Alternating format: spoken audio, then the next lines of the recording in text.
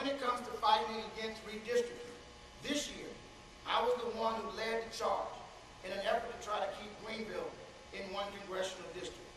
We even went to Columbia and appeared before the Senate Redistricting Subcommittee, fighting to keep Greenville in one congressional district. Now, have I made mistakes? Absolutely. I suppose we all have. I was involved in lost trust when I was a legislator. I was young, 28 years old, and inexperienced, but it taught me a valuable lesson. It taught me that the real tragedy in life is not in making a mistake. That's part of the human condition. The real tragedy in life is not being committed to rising above the mistake and allowing others to rise above their mistakes as well. I want my story to be an example to everyone in our community, particularly to our young people. When you fall down, get up.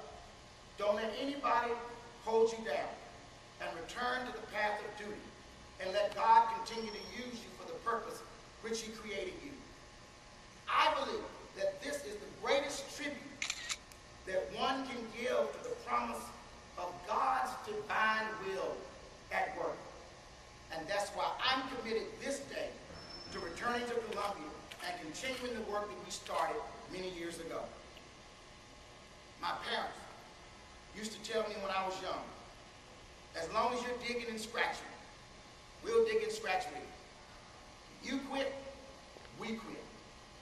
Well, folks, I've never quit, and I've never given up.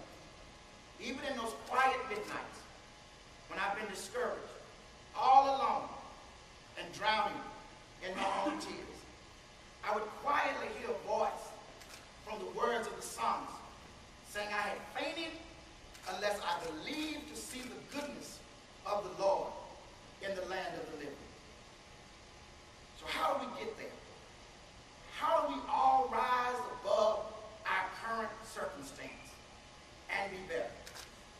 Greenville needs to become the state's economic engine once again.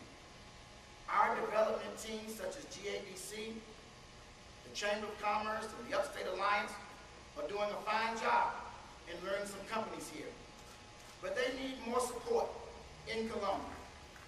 I'll be that support. I will fight for incentives to help steer businesses to Greenville, specifically District 7, where there are 400-acre tracts of land that can handle economic investment of $500 million and up.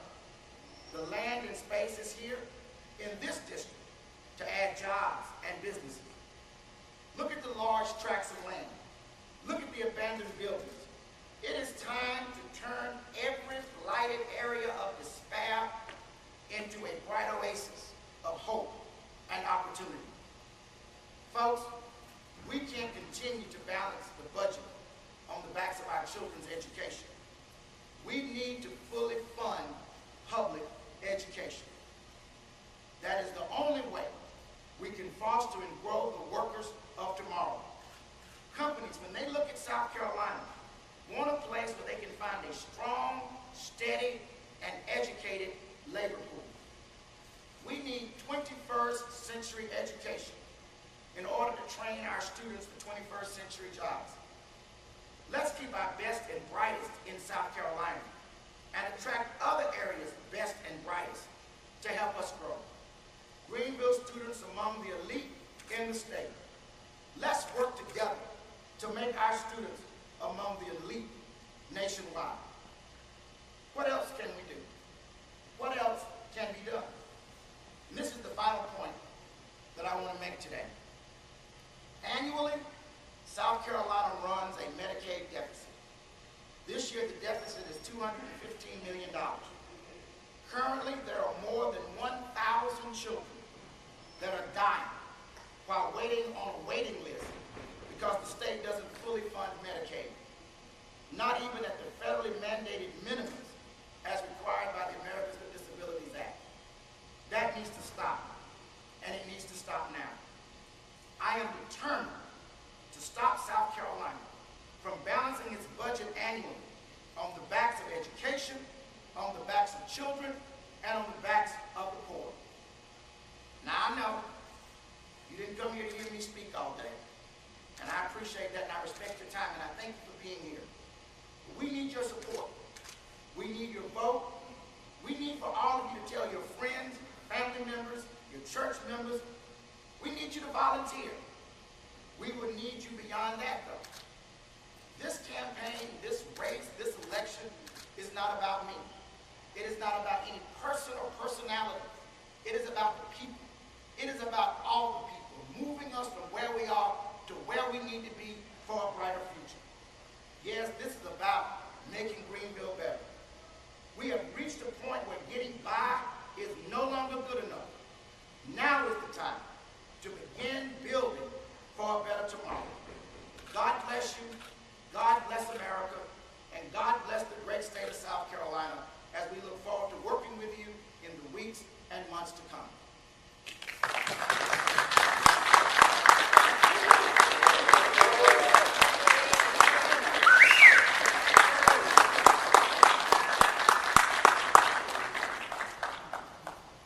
Anybody got any questions? Yes, sir. What is your plan to fully fund South Carolina's education? When I was in the General Assembly previously, I asked to be on the Education Committee, which was rare for a freshman, but I did receive that honor. I certainly